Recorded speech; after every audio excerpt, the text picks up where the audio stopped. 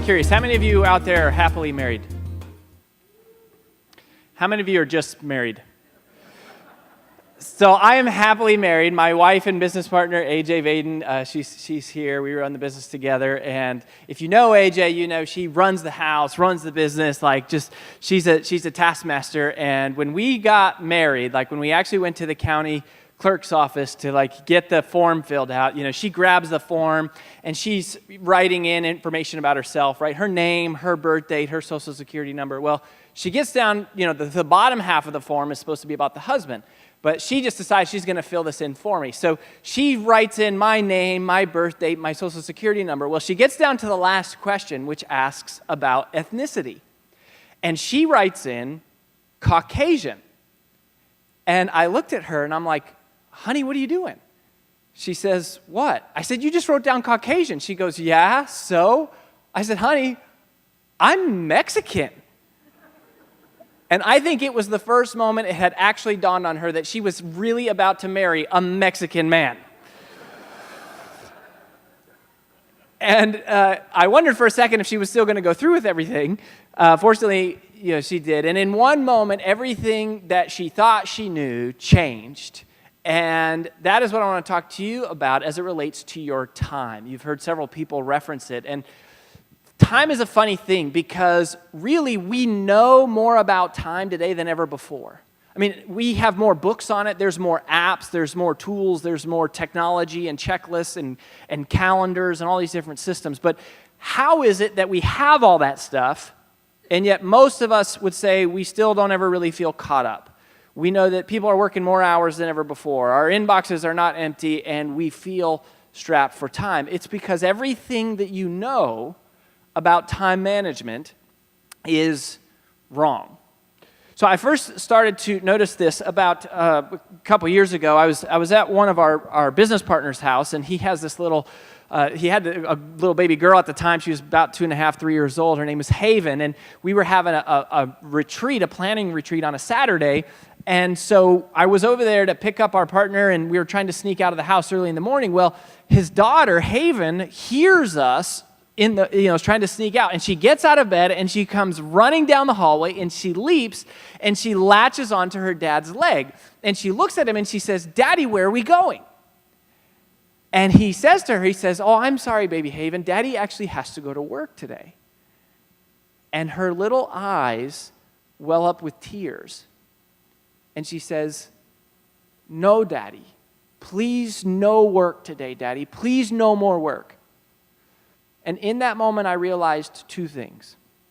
The first is that I'm not ready to have children quite just yet. Now, those of you know, things have changed. We have a 13-month-old named Jasper, and he's the light of my life, and I absolutely just love it. But the real thing that I learned right there in that moment, looking at Haven, was that everything I'd ever heard about time management was all tips and tricks, tools and technology, calendars and checklists. It was all logical. But in that moment, it sort of dawned on me that today, time management, how we choose to spend our time isn't just logical. How we choose to spend our time is actually emotional. And it happens at a subconscious level that our feelings of guilt and fear and anxiety, our need to feel successful and valued and important, those things dictate how we end up choosing to spend our time as much as what is on our calendar or in our inbox. But none of us have ever been trained on how to manage the emotional side of time management. But really, because if you think about it, there is no such thing as time management. You cannot manage time. We can't stop time or slow down time. We can't fast forward time. It ticks by whether we like it or not. So there is no such thing as time management. There is only self-management. And that is an emotional issue. Now, the second biggest thing that we noticed about how the most successful people in the world think about time, in order for you to understand that, I want to do a super quick history of time management theory. So early time management thought was very one-dimensional. This was sort of in the age of the Industrial Revolution, in the 40s, 50s, everything was all about efficiency. How can I do things faster? And so that is why we have all of these techniques to help us do things faster. And it's not that there's anything wrong with efficiency as a strategy for what you do with your time, The problem is that efficiency has a point of diminishing returns, because no matter how fast we move today, we can never get to the bottom of the to-do list, which is very well evidenced by the fact that we know that 93% of people admit to regularly using their phone while in the restroom.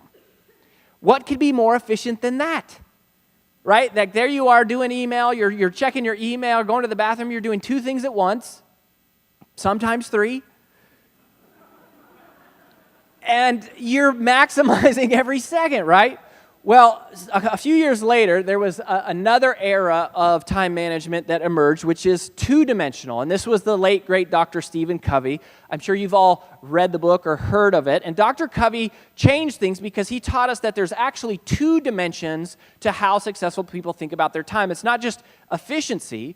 He taught us to prioritize our time, which basically that not all tasks are created equal. And he taught us that if we could score our activities based on urgency and importance, we could actually rank the tasks. And so you might take item number 7 on your to-do list and bump it up to number 1. That is to prioritize it.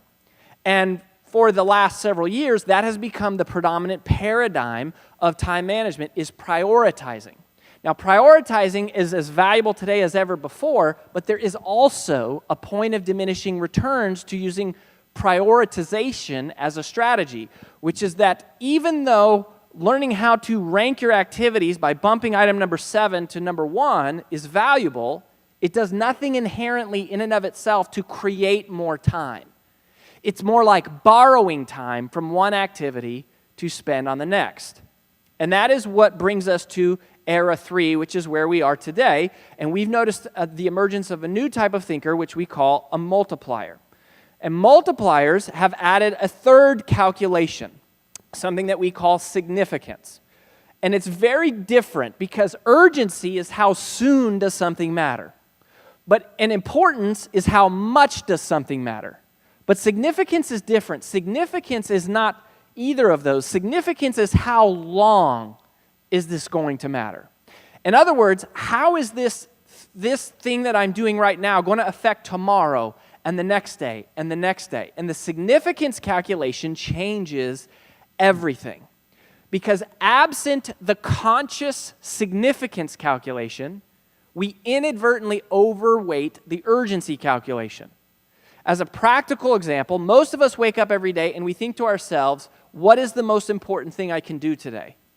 But that is not how multipliers think. That is living in a world of urgency. It's a 24-hour paradigm. What multipliers do is they wake up and they say, what are the things I can do today that make tomorrow better? What are the things that I can do right now that can create exponential results in the future? And that is how we get to multiplying time. And you might say, well, Rory, it's impossible to multiply time. Well, it is true that all of us have the same amount of time inside of one day. We all have 24 hours, which is 1,440 minutes or 86,400 seconds.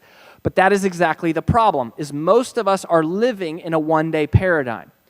The significance calculation, though, teaches us to think longer term, which brings us to the only idea that I really have for you, which is how is it possible to multiply time? The way that you multiply time is by giving yourself the emotional permission to spend time on things today that give you more time tomorrow. You have to give yourself the emotional permission because you have to give up something, and that is where you get the margin to reinvest that time into the things that create more time tomorrow. And there's 5 different things you can do. You can eliminate anything you say no to today creates more time tomorrow because it's preventing you from doing something you would have otherwise been doing. You can automate. Automation is to your time what compounding interest is to your money. Because what you create a process for today, tomorrow the process is handling it. You can delegate it. As one of the multipliers said, my job is not to do, my job is to make sure it gets done. And you can also procrastinate it on purpose. You can say, it must be done, but it doesn't need to be done right now. Or you can then choose to concentrate on it because you know that is the thing that you need to do. And once you identify your next most significant priority, until you accomplish that, everything else is a distraction. Thank you.